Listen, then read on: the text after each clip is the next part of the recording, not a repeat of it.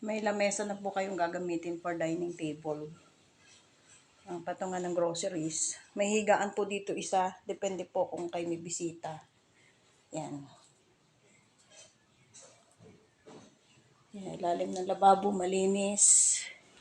Ito yung lababo. Stainless. Yan naman yung bintana CR. May screen po yan. Walang makakapasok ng pusa. Ayan. Yan po yung pinaka-kusina. Ayan yung bintana. Ayan naman po yung kabuuhan ng sala. Medyo makalat kasi hindi pa ako nakapaglinis. Pre-upuan. May divider din po kayo na magagamit. Ayan, may upuan. Ayan. May gripo kayo sa labas. Hugasan ng paa pag galing sa labas. Ayan, bintana. Yan na yung gate sa labas. Other upuan. Then, meron din po kayong center table. Then, meron po kayong maliit na shoe rack. Bahala na po kayo kung saan nyo gustong ilagay. Ito po yung kwarto, hagdan. Dito yung pinaka-kwarto nyo. Ayan, may hagdan. Akit tayo sa taas. Ayan. May patungan din po kayo ng TV, divider. Small divider.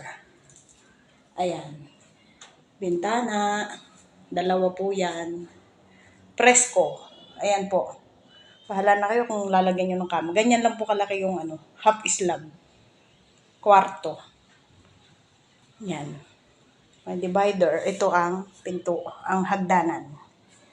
Pagbaba nyo. Ayan. Baba tayo.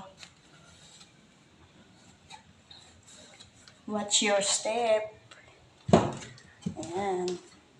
Ayan ang coverage ng sala nyo. Malaki. Pinto ang palabas po yan. Main door. Punta tayo CR. Kusina. Close natin yung door ng kusina. Ayan. Yan po yung CR.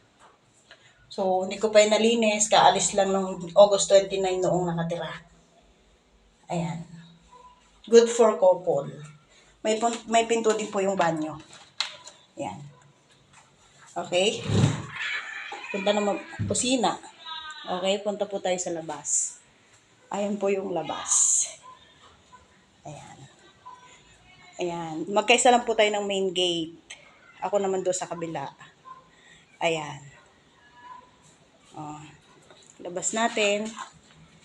Itong gate po na to, pwedeng palabas. Pasok ang loob. Bukas, pwedeng palabas. Ayan. Pwede siyang palabas. Eto siya.